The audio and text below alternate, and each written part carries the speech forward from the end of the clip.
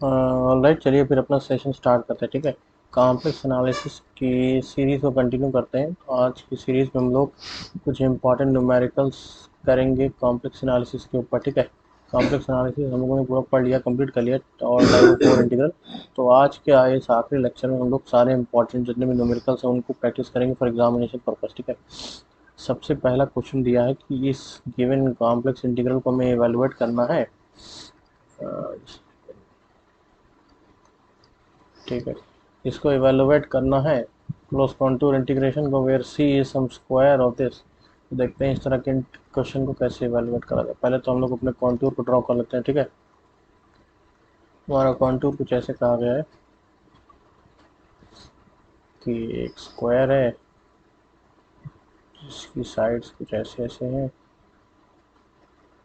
3,3, -3,3, -3, और 3, इस तरह साइड दी गई है। ठीक है, अब इस तरह क्वेश्चन में सबसे बढ़िया रहेगा अपना कॉची रेसिड्यू थ्योरम लगा देते हैं। ठीक है, देखते हैं कि सिंगुलरिटीज हमारे पास क्या क्या है। ठीक है, z इक्वल टू 0 और z इक्वल टू आयोटा पे हमारा फंक्शन एनालिटिक नहीं है, तो ये हमारी सिंगुलरिटीज हो जाएंगे। ठीक है, z इक्वल टू 0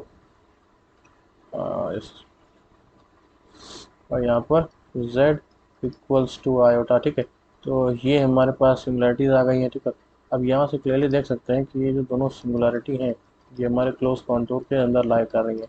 तो हम इंडिविजुअली इस पर कॉची रेसिड्यू थ्योरम लगा के हम लोग इसका आंसर निकाल सकते हैं। ठीक है, लाइन इंटीग्रल की इसमें करने की कोई जरूरत नहीं। ठीक है, तो इसका हम लोग यूज़ करेंगे z इक्वल टू 0 पे सेकेंड ऑर्डर का पोल है, तो del over del z close contour integration z over c of f of z dz को हम लोग यहाँ डायरेक्टली लिख सकते हैं 2 pi residue of function f of z at z equal to 0 plus residue of function f of z at z equal to iota. ठीक है, तो यहाँ से अगर हम लोग निकालेंगे तो हमारे पास आएगा 2 pi residue del over del z limit z tends to 0 e to the power z square upon z minus z minus 0 e to the power z square divided by z square z minus iota whole square plus limit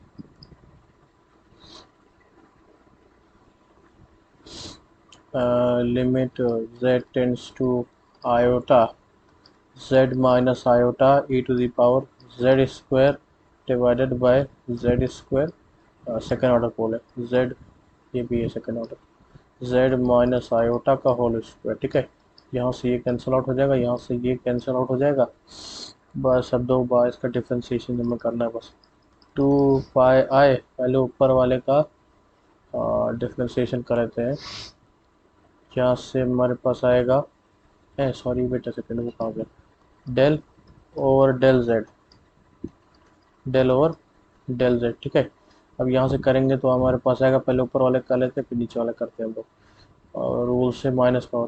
तो यहाँ से हमारे पास आएगा limit z tends to 0 2z e to the power z square upon z minus iota का whole square.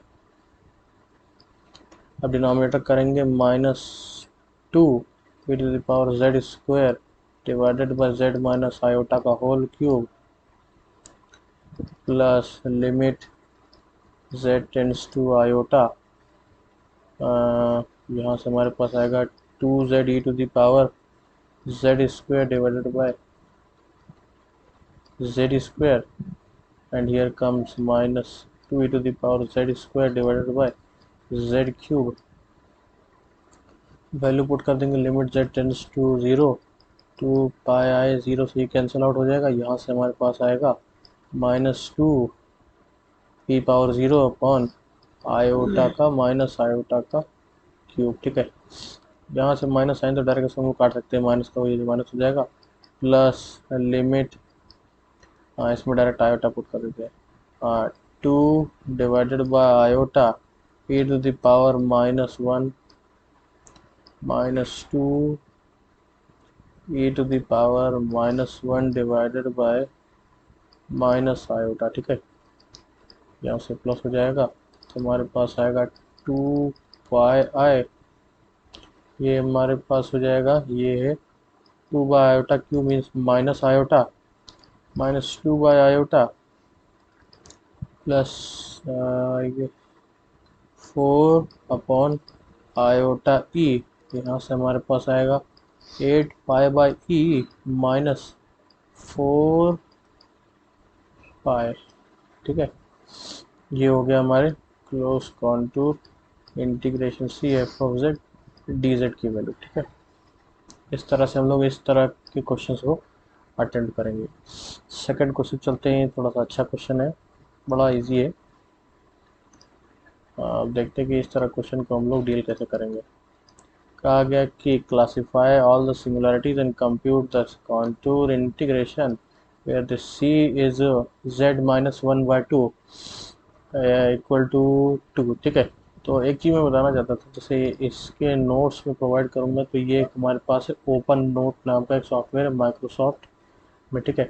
और Microsoft का free software है, तो इसको डाउनलोड कर लीजिएगा। मैं अपने टेलीग्राम चैनल पे इसके नोट्स इसी में दूंगा, इसमें इजीली आपको बहुत सारे नोट्स मिल जाएंगे, ठीक है। इसीलिए बहुत ही लंबी फाइल रहती है, तो इसके नोट्स अगर आपको मैं दे पाऊँगा, क्योंकि पीडीएफ में इसमें कन्वर्ट करना थोड़ा मुश्किल रहता है ना, क्योंकि कुछ फाइल्स गायब हो जाती है पेजेस, ठीक है। हम लोग चलते हैं फिर क्लासिफाई टाइप सिंगुलरिटीज़ और कॉन्टूर इंटीग्रेशन में करना, ठीक है। तो पहले सिंगुलरिटीज़ हम लोगों ने देखा था आइसोलेटेड में, एक तो रिमूवेबल थी, पोल थी और इसेंशियल थी। इसेंशियल देखने का मैंने जुगाड़ बताया था, कभी भी ई की पावर 1/z साइन 1/z इस तरह के फालतू के टर्म दिखे, इस तरह क्लियरली पता चल जाता है कि इसेंशियल सिंगुलरिटी। तो जैसे यहाँ दिख रहा है तो इसेंशियल है एट z इक्वल टू 0, ठीक है। ये क्या है, ये देखो, ये तो क्लियरली देखने से पता चल रहा है कि इसमें प्रिंसिपल पार्ट z-1 वाला, तो प्रिंसिपल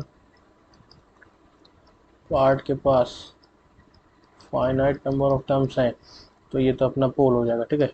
देखने से पता चल रहा है पोल ऑफ ऑर्डर 3।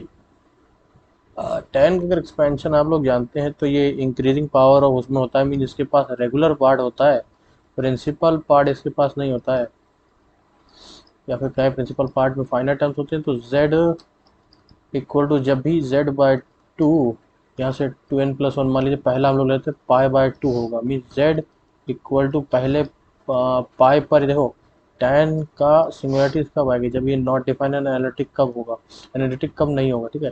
तो ये हम लोग जानते हैं कि z/2 जब भी इंटीग्रल मल्टीपल 2n+1 π/2 होगा, तो यहाँ से अगर पहला केस ले लें तो z इक्वल्स टू पाई, एक केस आ जाएगा, ठीक है। तो z इक्वल टू पाई पर इसके पास पोल है, ठीक है। उन्होंने तीनों तरह की सिंगुलरिटीज को क्लासिफाई कर लिया, ठीक है। अब हम लोगों को बस इसका कॉन्टूर इंटीग्रेशन कंप्यूट करना है।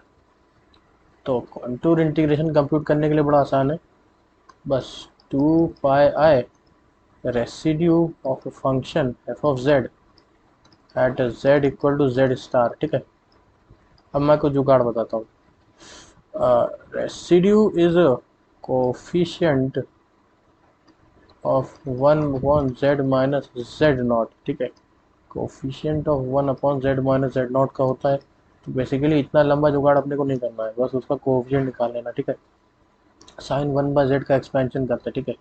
साइन 1/z का एक्सपेंशन करते हैं, 1/z minus 3 factorial into z³ ऐसा चलता जाएगा। तो 1/z का 1 है, तो यहाँ से हम लोग कह सकते हैं 2 पाई साइन वाले का रेसिड्यू 1 हो गया, प्लस अगर इसको देखें तो इसको देखो, प्रिंसिपल पार्ट मान लेते हैं कुछ भी ऐसे है, तो 1 ये, ठीक है। तो अगर इसका उससे ना निकालना चाहो तो ऐसे निकालो, 1/3 minus 1 factorial limit z tends to 1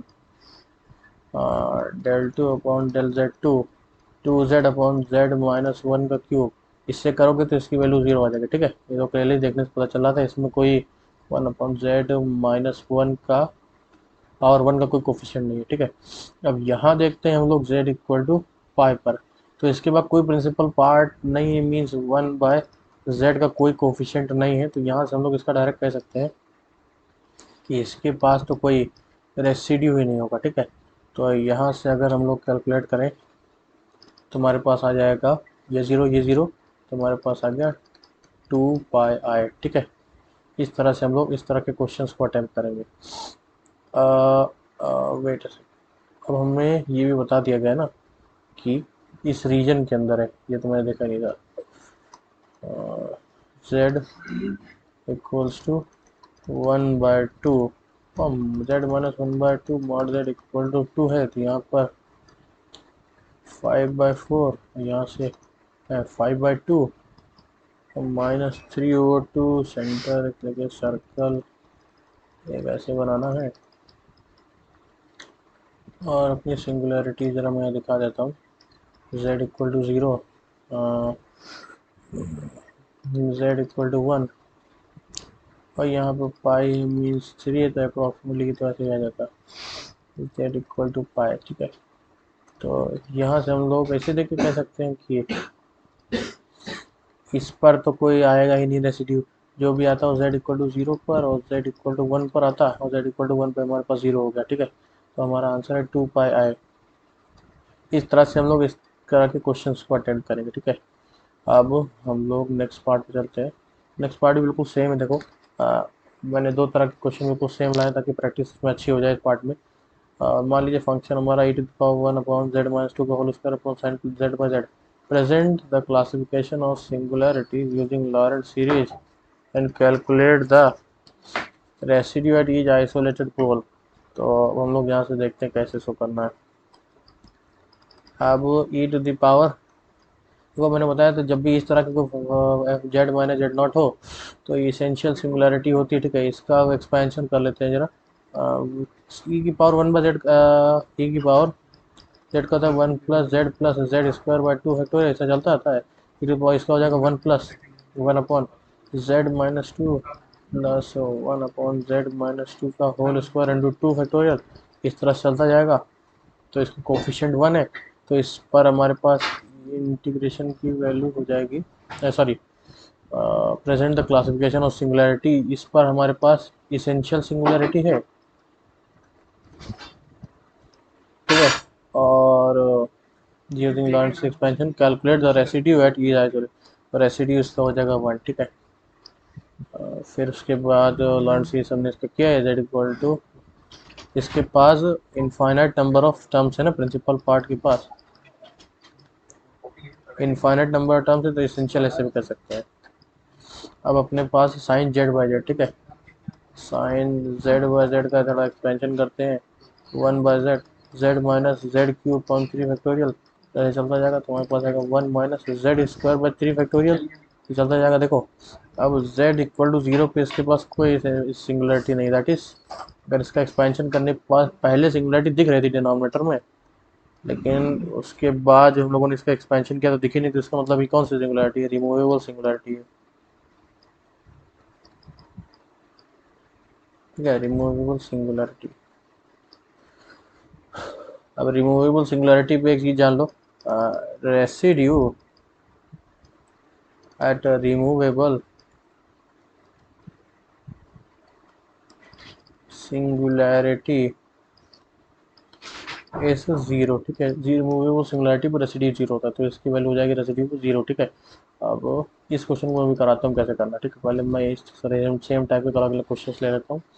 अब identify and classify all singularities. ठीक है, इसमें जल्दी जल्दी हम लोग करेंगे। z0, z इक्वल टू 9, दोनों पे क्या है? पोल है। इसका एक्सपेंशन देखो, कॉस का होता है 1 - x² 2 प्लस x और 4/4 फैक्टोरियल। ठीक है, अब 1 बाय करेंगे तो हमारे पास आएगा 1/x, यहाँ से x यहाँ पर आ जाएगा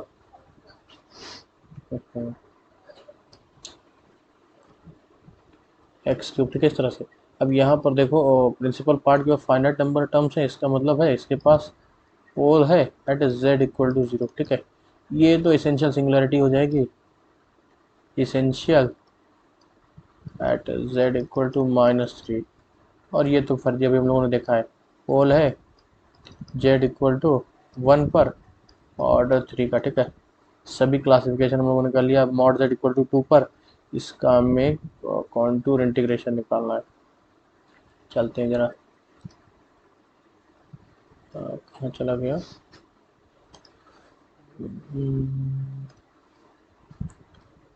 एक सेकंड, मेरे पेन कहाँ चले गए?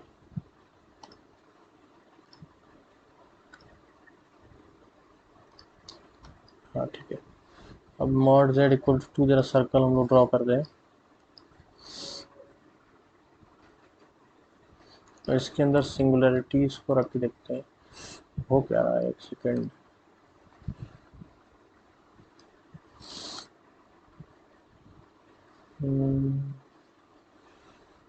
प्रॉब्लम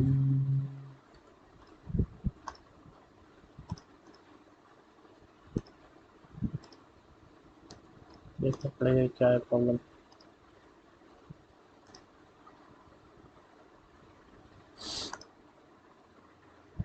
ठीक है, जो भी है। अब सिंगुलरिटी देखें, z equal to 0, mod z equal to 2 का है तो 2 या -2 आ जाएगा।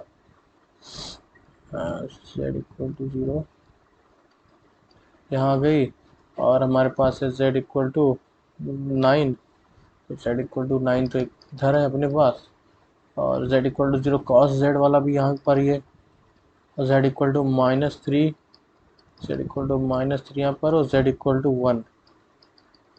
तो मीन्स हमारे पास रेसिड्यू आ जाएगा कंटूर इंटीग्रेशन की वैल्यू, तो लिमिट z टेंस टू 0 और z माइनस 0 पहले वाले के लिए अपने पास था 2z, z minus z minus 9, z minus 9 plus cos वाले के लिए limit z tends to 0, z minus 0 cos z upon z। या तो इसका डायरेक्ट देख सकते हैं, 1/z कोफिशिएंट उसमें 1 आ रहा था, तो इसकी रेसिड्यू की वैल्यू डायरेक्ट ही 1 हो जाएगा। ठीक है, इतना बुद्धि नहीं लगाना। और एक अपने पास था थर्ड ऑर्डर पोल का, ये वाला ना, इस पे तो भी हम लोगों ने देखा था कि इस पे रेसिड्यू की तो वैल्यू 0 आ गई थी। ठीक है, तो इस पर वैल्यू आ गई 0, यहाँ रखेंगे हम लोग 2πi, इस पर रखते हैं, यहाँ से हो जाएगा -1/9 प्लस 1।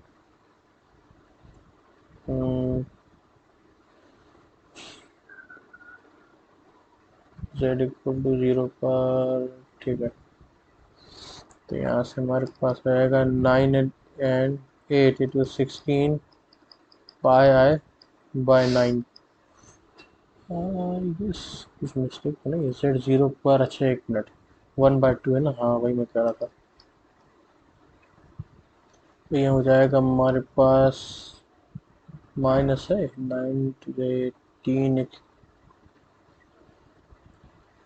इसमें कुछ तो भी गलती थी शायद, तो मैंने इसमें देखी थी, z माइनस 9, z 0 पर z माइनस 9, ठीक है, 18 17 17 πi डिवाइडेड बाय 9।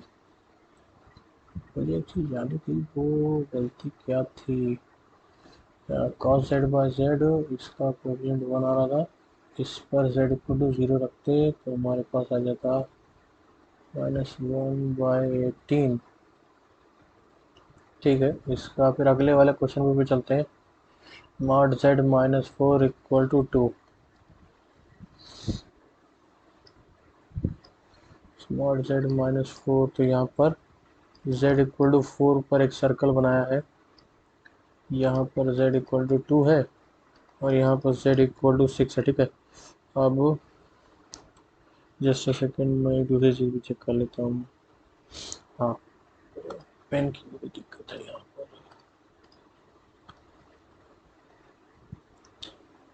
हो क्या रहा है।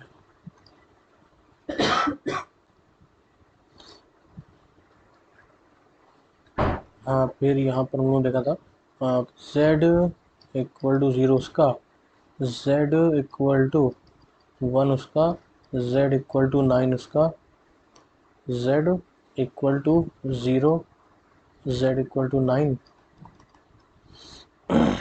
और ये क्या हो गया, z इक्वल 9 यहाँ पर होता है, z इक्वल टू -3 यहाँ पर, 0 1 -3 1 यहाँ पर। ठीक है, तो इसमें तो हमारी कोई सिंगुलरिटी लाई नहीं कर रही, तो यहाँ पर close contour integration c f of z d z, zero कह सकते हैं बाय कॉची थ्योरम दैट इसके अंदर कोई भी सिंगुलरिटी लाई नहीं कर रही है, इसके अंदर हमारा फंक्शन कम्प्लीटली एनालिटिक है। तो यहाँ से हम लोग कह सकते हैं कि इसकी वैल्यू होगी, ठीक है। एक चीज़ मैं देखता हूँ, हाँ टेकिंग वो क्वेश्चन में गलती क्या हो गई थी, ठीक है। अभी उस बात पे देखते हैं हम लोग। अब इस पार्ट को हम लोग एवेलुएट करते हैं। एक मिनट में आता हूँ, एक चीज़ मुझे चेक करनी, कुछ एरर है। ओके, अब समझ में आ गया, मैंने क्वेश्चन नोट कर लिया था, तब भी सही है, ठीक है। यहाँ पर वो अलग चीज़ में देख रहा था। तो यहाँ पर अगला हमारा क्वेश्चन है इंटीग्रेशन 0 से infinity 4 cos x upon pi x square plus 4 using real integration को एवेलुएट करना यूजिंग रेसिड्यू थ्योरम। तो हम लोग अपना क्वेश्चन पहले लिख लेते हैं। इंटीग्रेशन 0 से infinity 4 cos x dx divided by pi x square plus 4, ठीक है। इस तरह के इंटीग्रेशन को कैसे इवेलुएट करते हैं, ठीक है। गए कहाँ पेन, मुझे ये समझ नहीं आ रहा, ये डिस्प्ले में आप क्यों नहीं रहे। Wait everybody just a second, ये प्रॉब्लम क्या है, चलिए जो भी प्रॉब्लम है, ठीक है। अब इस तरह की हम लोगों ने देखा जब माइनस इन्फिनिटी से infinity f of x cos x या फिर साइन एक्स वाले dx वाले फंक्शन को एवेलुएट कैसे करते हैं, इनका ई फंक्शन कंसीडर करते हैं f of z e to the power iota z, ना कोई के जेड फंक्शन। तो अब इसको फिर हम लोग एक कॉन्टूर कंसीडर करते हैं सेमी सर्कुलर, यहाँ माइनस आर से आर पर, इसको हम लोग सी आर नाम दे देते हैं। तो लेट हम लोग लिखेंगे लेट, उसकी मैटर नहीं करता, देखो इवन फंक्शन है तो मैं जुगाड़ भी करके दिखाता हूँ कैसे। Let f of z equal to e to the power iota z divided by, सारे कांस्टेंट को भी जाने तो कांस्टेंट से भी हम लोग आखिर में देखेंगे, जेड स्क्वायर प्लस 4, ठीक है। ये फंक्शन हो गया। अब contour integration c of f of z d z हम लोग लिख सकते हैं in limit r tends to infinity of f of minus r to r of f of z dz plus integration over c r of f of z अब dz, ठीक है। अब हम लोगों ने अपने लेक्चर्स में ये चीज़ देखी है कि जो इसके ऊपर इंटीग्रेशन होता है वो जीरो होता है, ठीक है। अब इसके ऊपर हम लोग डायरेक्ट बात करेंगे, ये मैंने अपने लेक्चर में बताया कि इसके ऊपर इंटीग्रेशन जीरो क्यों होता है, ठीक है। तो अब हम लोग डायरेक्ट लिख सकते हैं कि इंटीग्रेशन माइनस इन्फिनिटी से infinity e to the power iota x divided by x square plus 4 d x equal to close contour integration of e to the power iota z upon z square plus 4 d z. अब देखते हैं लोग, अब singularity check करते हैं, z equal to plus minus 2 iota पे, यहाँ पर माइनस 2 आयोटा यहाँ लाई कर रही है, 2 आयोटा यहाँ लाई कर रही है, देखो हमारे कॉन्टूर के अंदर। तो रेसिड्यू इसी पे निकालेंगे तो हमारे पास आ जाएगा 2 pi i limit z tends to 2 iota z minus 2 iota e to the power iota z upon z minus 2 iota z plus 2 iota, यहाँ से हमारे पास 2 पाई आई, यहाँ से हमारे पास आएगा e to the power e to the power minus 2 divided by 4 iota. तो यहाँ से हमारे पास आ गया पाई अपॉन 2 ई स्क्वायर, ठीक है। अभी किसकी वैल्यू है, अगर हम लोग minus infinity to infinity e to the power iota x upon x square plus 4 d x. अब कंपेयरिंग, अब करते क्या है, कंपेयरिंग रियल पार्ट्स, ठीक है। लिखेंगे कंपेयरिंग रियल पार्ट्स, ठीक है। तो हमारे पास आ गया integration minus infinity to infinity cos x divided by x square plus 4 d x equal to pi by 2 e square. अब हम लोग जानते हैं इवन फंक्शन की प्रॉपर्टी होती है, जीरो से इन्फिनिटी जितनी वैल्यू आती है वही 2 times of integration minus infinity जितनी वैल्यू आती है इन्फिनिटी पे होती है 2 times infinity cos x divided by x square plus 4 d x equal to pi by 2 e square. तो हमारे पास आ जाएगा हमारा इसको इधर भेज देंगे तो हमारे पास आएगा इंटीग्रेशन 0 से इन्फिनिटी, यहाँ लिखते हैं इंटीग्रेशन 0 से इन्फिनिटी 4/पाई cos x divided by x square plus 4। यही हमें क्वेश्चन में चाहिए था और इसकी वैल्यू होगी 1/e²। ठीक है, इस तरह से आप रियल इंटीग्रल्स का इवेलुएशन कर सकते हैं। ठीक है, आई होप आपको समझ में आ गया होगा। इस सब के बारे में हम लोगों ने बहुत डिटेल में अपने लेक्चर्स में बात किया। ठीक है, सेम टाइप का इंटीग्रेशन है, इसको इवेलुएट कर दीजिएगा। ठीक है, एक्स इक्वल टू प्लस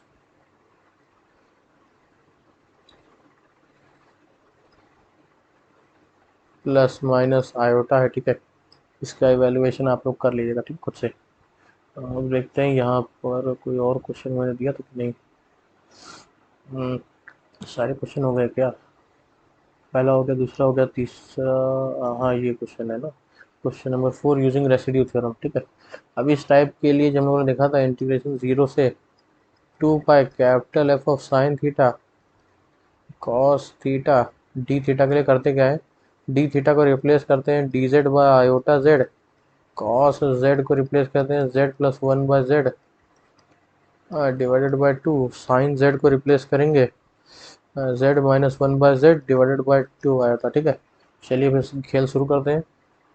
एक अपना कॉन्टूर इंटीग्रेशन सी, हमारा कॉन्टूर हो जाएगा circle mod z equal to 1, यहाँ आएगा √2 d z upon iota z divided by 3 plus z square plus 1 divided by 2z।